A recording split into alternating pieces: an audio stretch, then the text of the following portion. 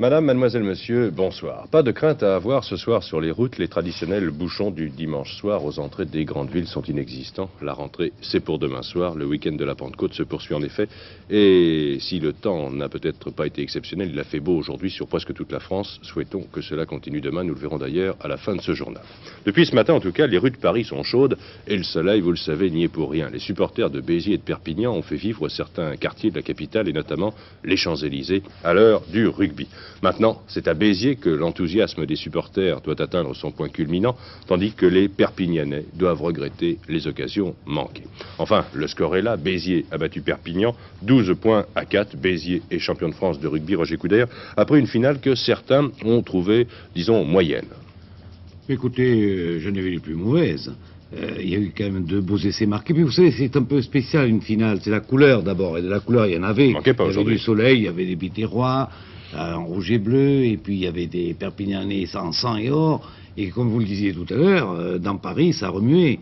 C'est ça d'abord. C'est la fête du rugby, vous savez, une finale. Et je trouve que c'est une fête réussie, moi. La fête a été réussie. Oui. Le rugby aussi, donc pour vous, n'a pas été Bon, mauvais. Ça n'a pas été été la grande fantastique, finale du siècle, mais... Ça n'a pas été la finale du siècle, mais c'était très honnête. Très honnête, je crois qu'on va d'ailleurs pouvoir jeter tout de même Oui. un coup d'œil tout de suite sur les images de ce match de sûr. rugby, de cette finale de championnat de France, donc gagnée par Béziers par 12 points à 4. Les images, c'est pour vous, Roger Coudert. Bien sûr. Et nous les attendons, mais les voilà. Voilà, ben ça commence par un coup de pied de pénalité de Cabrol, de Béziers qui joue en rouge et qui ouvre la marque à la 5e minute, 3-0 pour Béziers. Perpignan va réagir, malheureusement pour Perpignan, privé de balle en touche, sans munitions, c'est difficile de gagner. Son coup de pied sur de génie, c'est Fontana qui est plus vite que Séguier et qui aplatit. À la 9e minute, Perpignan reprend la tête par 4-3, car vous voyez, il n'est pas transformé ici. 4-3 pour Perpignan et un merveilleux essai de Astre. Redoublé avec Cabrol et Astre va marquer pour Béziers à côté des poteaux. Avec cet essai quand même, un bon déplacement. Et Cabrol transforme, 9 pour Béziers. La mi-temps arrivera sur ce score de 9-4. Il y aura même un essai refusé à Béziers. Je n'ai pas très bien compris pourquoi. Peut-être parce que le porteur là-bas a lâché le ballon dans le but.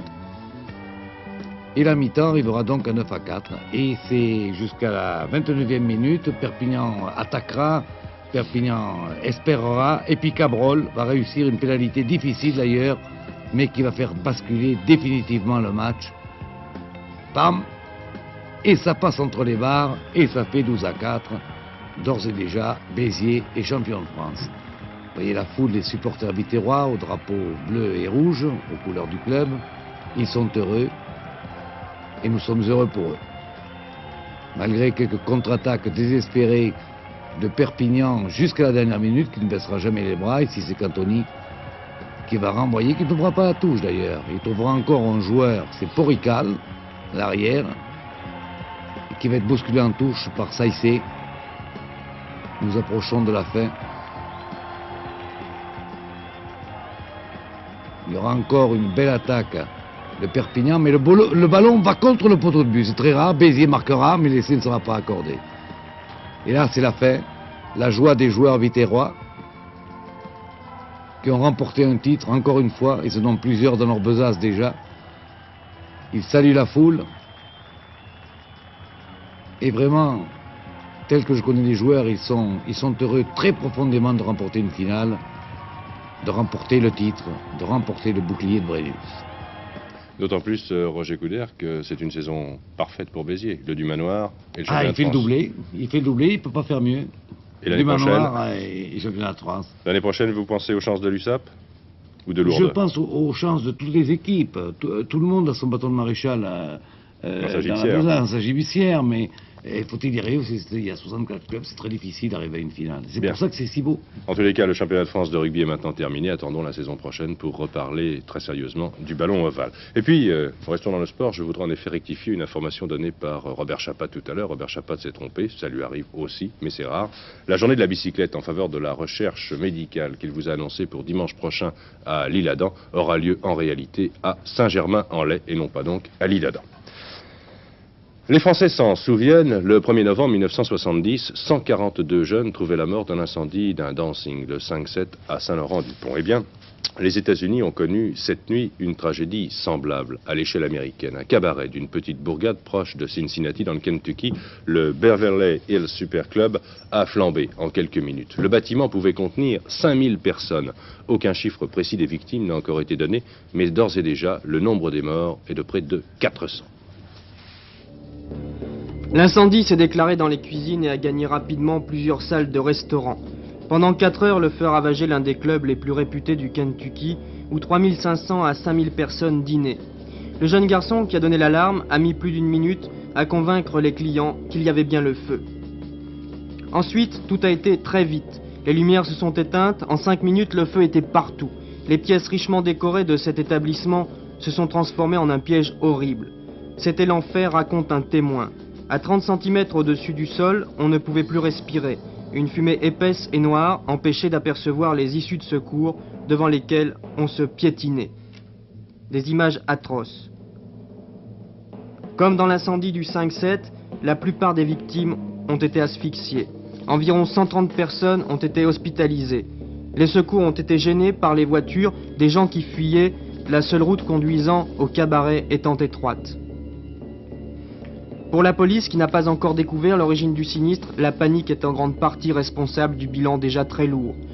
Selon le responsable de l'enquête, entre 50 et 250 cadavres seraient encore coincés sous les décombres. Les systèmes de sécurité vont être mis en cause. Au Beverly Hills Club, ils étaient insuffisants, mais apparemment réglementaires.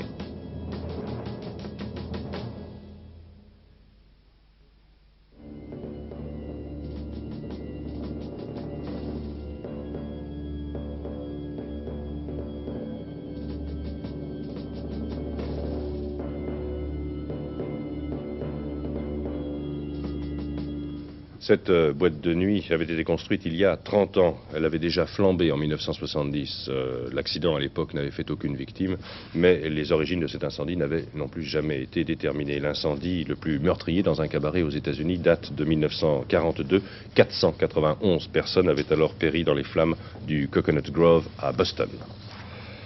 La Hollande a vécu aujourd'hui à l'heure des otages. Les 56 personnes toujours retenues prisonnières dans un train non loin d'Assen, ainsi que les 5 enseignantes de l'école de Smilde, restent sous la menace des commandos terroristes sud-moluquois. Le ministre hollandais de la Justice n'est d'ailleurs pas très optimiste. La situation actuelle, a-t-il déclaré il y a quelques heures seulement, ne permet pas de s'attendre à un dénouement rapide. Alors aujourd'hui, les Hollandais, et panier à provisions sous le bras, sont allés voir d'un peu plus près comment se déroulait une prise d'otage, une réaction que certains d'entre vous jugeront peut-être déplacée, mais dans tous les pays du monde pourtant, ce genre d'événement suscite des vocations de curieux. Il y a une semaine exactement que les 56 otages du train attendent une hypothétique libération. Les négociations sont largement engagées, mais les choses risquent de durer encore longtemps. Les passagers sont très affaiblis, il a fait chaud toute cette semaine, chaleur suivie d'un froid très vif la nuit, et les conditions d'hygiène sont épouvantables. Pourtant, la vie s'organise tant bien que mal. Le train a été nettoyé hier et les détritus jetés sur le ballast, c'est mieux que rien. Autour de la zone de sécurité, la vie est à présent organisée et les habitudes déjà prises. La police et l'armée, qui soutiennent un véritable siège, ont acquis maintenant des habitudes. Le café est apporté à heure régulière. Les relèves s'effectuent avec la précision d'une expérience vieille d'une semaine. Derrière les sourires des soldats, le respect des ordres ne souffre aucune dérogation. Il n'est pas question d'avancer d'1 mètre dans la zone critique, même si le train se trouve à près de 2 km. On ne plaisante pas avec la consigne. On attend en espérant que le dénouement se rapproche. Dans la population, on veut bien sûr apercevoir ce train qui fait la une de tous les journaux et que l'on voit tous les soirs à la télévision. Curiosité un peu morbide sans doute, qui ne fait pas oublier que l'affaire est grave, très grave, que 56 personnes sont mises à rude épreuve et que des vies sont en danger. Le printemps, c'est bien sûr pour les Français l'occasion de se promener et d'aller à la campagne. Pour les partis politiques, c'est l'occasion parfois de ranimer une flamme militante en organisant de vastes rassemblements. Rassemblements à caractère strictement politique, c'était il y a 15 jours par exemple à Fréjus pour les Républicains indépendants, devenus alors Parti républicain. Le beau temps d'ailleurs n'était pas de la fête. Rassemblement aussi en forme de fête aujourd'hui pour l'organisation Lutte ouvrière. 5000 militants d'extrême gauche se sont retrouvés à Villiers-Adam, non loin de Paris, pour écouter des chansons et des discours. Les responsables de lutte ouvrière ont tout lieu d'être satisfaits ce week-end. Leur fête est un succès incontestable. Des artistes de renom qui se succèdent sur les différents podiums, un cadre agréable à proximité de l'Oise, un temps qui se prête au pique-nique. Le résultat est là, plus de 5000 entrées cet après-midi seulement, et la fête continue jusqu'à demain. Bien sûr, tous ceux qui ont fait le déplacement de Villiers-Adam ne sont pas des révolutionnaires, mais on peut constater que les stands politiques et les forums sont fréquentés tout autant que les stands de jeux ou les buvettes. Tout cela dans une atmosphère bon enfant, une atmosphère qui, à la limite, pourrait faire oublier les objectifs des promoteurs de la fête. Et être révolutionnaire aujourd'hui, ça veut dire bien sûr être contre la droite, vouloir que le gouvernement actuel change, mais ne pas faire confiance justement à la gauche. Parce que ce que nous voyons aujourd'hui, c'est que la gauche traditionnelle s'efforce beaucoup plus de rassurer les patrons que de faire des promesses aux travailleurs. Et ce que les travailleurs ont besoin, c'est justement que ça change profondément, de réellement changer leur vie. Et finalement, les révolutionnaires leur offrent cette perspective. Nous ne cachons pas que nous souhaitons que la gauche parvienne au pouvoir, mais nous disons aux travailleurs, d'abord, méfiez-vous, vous allez sans doute être très déçus, parce qu'en réalité, il faut compter sur votre lutte, sur vos luttes pour changer quelque chose, et pas sur des politiciens bourgeois qui, même s'ils se disent de gauche, finalement vont gérer la crise et prôner l'austérité pour les travailleurs. La conférence sur la coopération économique internationale, ce que dans notre jargon journalistique nous appelons plus communément la conférence Nord-Sud, va s'achever cette semaine. Les ministres des Affaires étrangères de 27 pays se retrouveront demain à Paris pour rédiger en effet la résolution finale. Alors Alain Dumais, je crois que cette conférence demande quelques explications. Et d'abord, quels sont ses objectifs ? Vous savez, la conférence Nord-Sud, c'est une structure de dialogue entre les pays riches, c'est-à-dire ceux de l'hémisphère Nord, et les pays pauvres, ceux de l'hémisphère Sud. Alors l'idée a été lancée par Valéry Giscard d'Estaing le 24 octobre 1974, et il s'agissait en son esprit de lancer un nouvel ordre économique, un ordre où les relations commerciales entre pays pauvres et pays riches seraient plus justes, plus équilibrées, plus stables. Souvenez-vous, après la guerre du Kippour, après le quintuplement du prix du pétrole brut, deux écoles s'affrontaient dans le monde occidental. D'une part, il y avait les Américains et les Allemands qui étaient favorables à un front commun des pays consommateurs, et puis d'autre part la France, qui elle prônait un dialogue entre pays producteurs et pays consommateurs. Et peu à peu, semble-t-il, c'est la thèse française qui a gagné du chemin. Mais alors quelles peuvent être les conséquences de cette conférence pour l'ensemble des pays du monde ? Vous savez, l'ambition de cette conférence était vaste. Elle était si vaste qu'à un moment on a craint la rupture. La rupture n'aura pas lieu, mais il est certain que les résultats seront, par rapport aux ambitions, assez modestes. D'ailleurs, différents organismes internationaux, les Nations Unies en particulier, seront chargés de suivre, de faire le suivi de cette conférence. Mais même limités, les résultats ne seront pas négligeables. Prenons un exemple. Les pays en voie de développement souhaitaient obtenir un moratoire pour leurs dettes. Et je vous rappelle qu'un certain nombre de pays sous-développés, le Zaïre, l'Indonésie, le Chili, sont quasiment en faillite.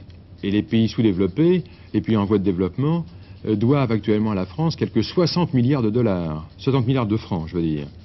Et finalement, les pays riches, à l'issue de ce dialogue Nord-Sud, accepteront de faire un don aux pays pauvres de quelques 1 milliard de dollars. Bon, mais pour la France, alors plus concrètement, est-ce que cela veut dire que nous allons abandonner ces 60 milliards de dollars dans la nature, disons un peu ?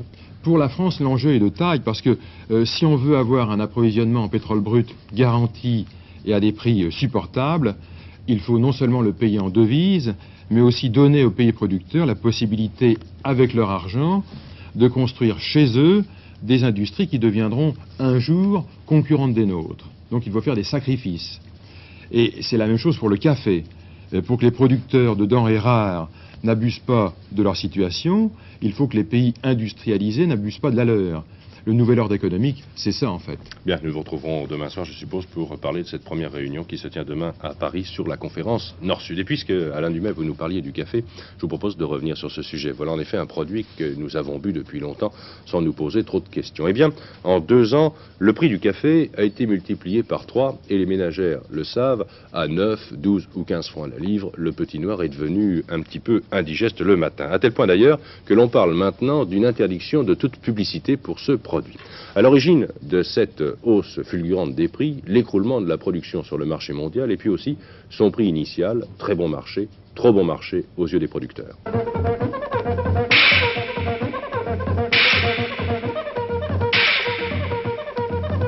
Les Français consomment chaque jour 800 tonnes de café.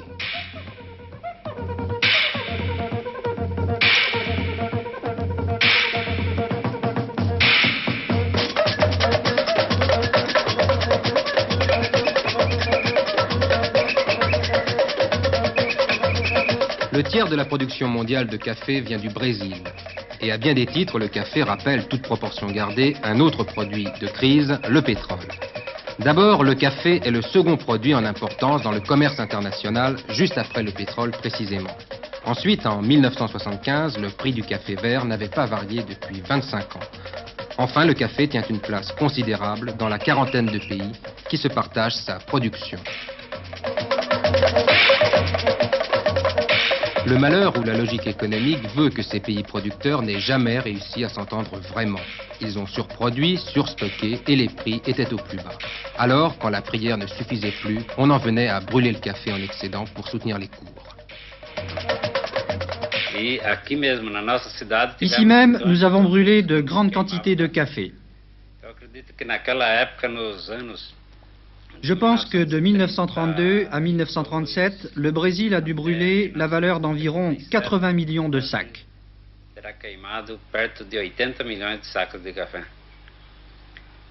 Par la suite, cette pratique a cessé, mais les planteurs ont continué d'effectuer des dépôts appelés quotas de sacrifice pour soutenir les cours sur le marché international.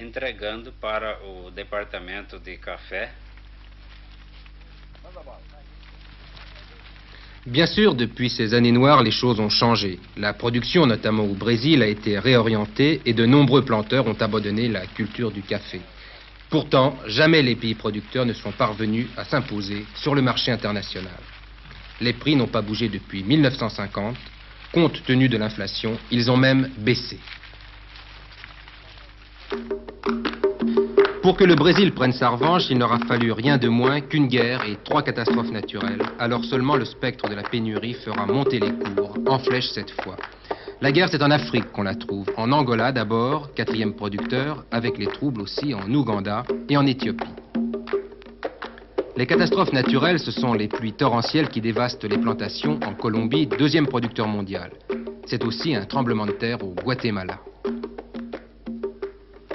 Ce sont enfin les gelées qui, en juillet 1975, détruisent 80% de la récolte brésilienne.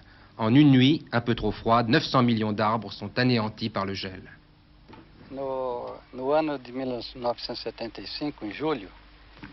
C'est en 1975, dans la nuit du 17 au 18 juillet très exactement, que le malheur nous a frappés. Le soir, en nous couchant, nous étions riches, avec des arbres prospères. Et lorsque nous nous sommes réveillés le matin, la gelée était passée. Les arbres étaient détruits. Nous étions complètement ruinés.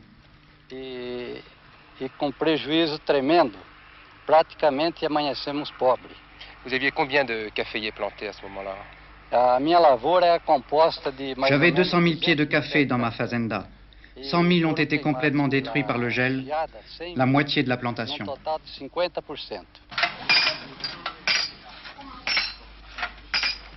En 1975, pour le plus grand malheur des pays consommateurs, au lieu de 26 millions de sacs, le Brésil n'en produit donc que 5,5 millions. Et la récolte mondiale passe cette même année de 79 millions à 62 millions de sacs. Or, quand la production tombe, les prix grimpent, c'est bien connu. Et ces arbres détruits par le gel, il faut 4 ans pour les remplacer. C'est le temps que met un caféier pour donner ses premiers fruits. La prochaine récolte devrait donc avoir lieu en 1979-1980, si tout va bien. En attendant, le Brésil saisit la chance qui, dans son malheur, lui est ainsi offerte, en replantant d'abord de jeunes arbres de meilleure qualité. L'artisan de ce renouveau, le puissant Institut brésilien du café.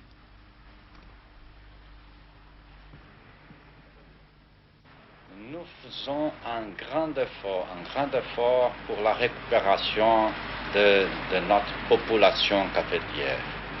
Nous attendons à 79-80 une récolte normale. Et après cela, la récolte continuera dans le but de 26 millions de sacs. Ça veut dire le nécessaire pour notre participation dans le marché international, 18 millions de sacs, et la consommation interne, 8 millions de sacs.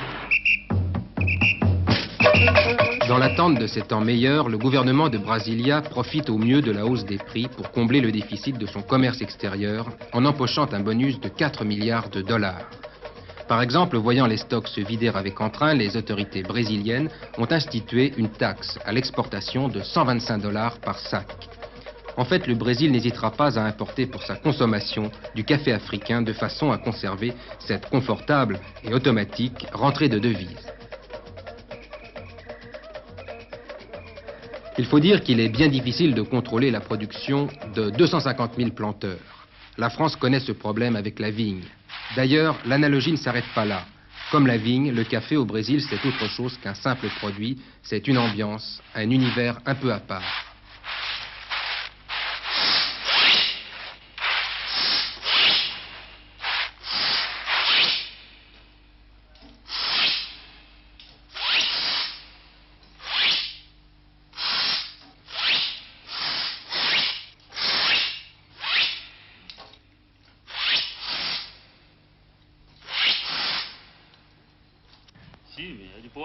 Oui, de bonne qualité. Il est bon pour l'exportation.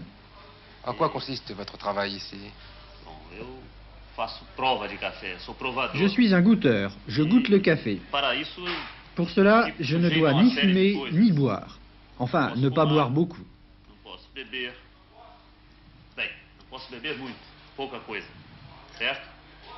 Vous goûtez combien de tasses chaque jour? Nous goûtons en moyenne 400 échantillons par jour. À 5 tasses par échantillon, cela fait 2000 tasses.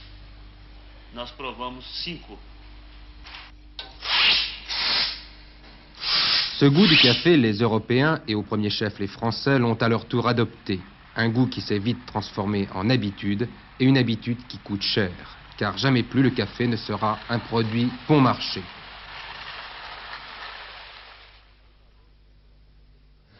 À l'étranger, la seule information de ce dimanche de Pentecôte nous vient d'Israël. Le comité directeur du Likoud, le nouveau parti de gouvernement israélien, s'est en effet réuni cet après-midi pour examiner le cas du général Moshe Dayan. Celui-ci a été pressenti par M. Begin pour occuper le poste de ministre des Affaires étrangères d'Israël. C'est un choix qui n'a pas fait l'unanimité au sein du Likoud, notamment dans l'aile libérale du parti nationaliste. Jérusalem, André Semama.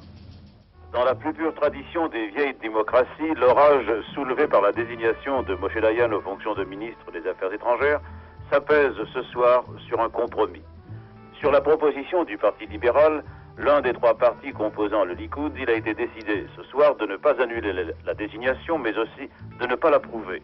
Cette décision a été prise à l'unanimité des dirigeants réunis au domicile de Menachem Begin, président du Likoud.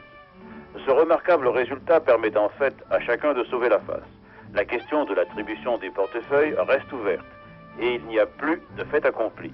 Menachem Begin maintient toutefois son intention de faire de Moshe Dayan son ministre des Affaires étrangères et ne doute pas qu'il obtiendra l'approbation de la majorité des membres de la direction du Likoud. Cette crise à l'intérieur du parti vainqueur des dernières élections a suscité un fait nouveau dans la vie politique israélienne.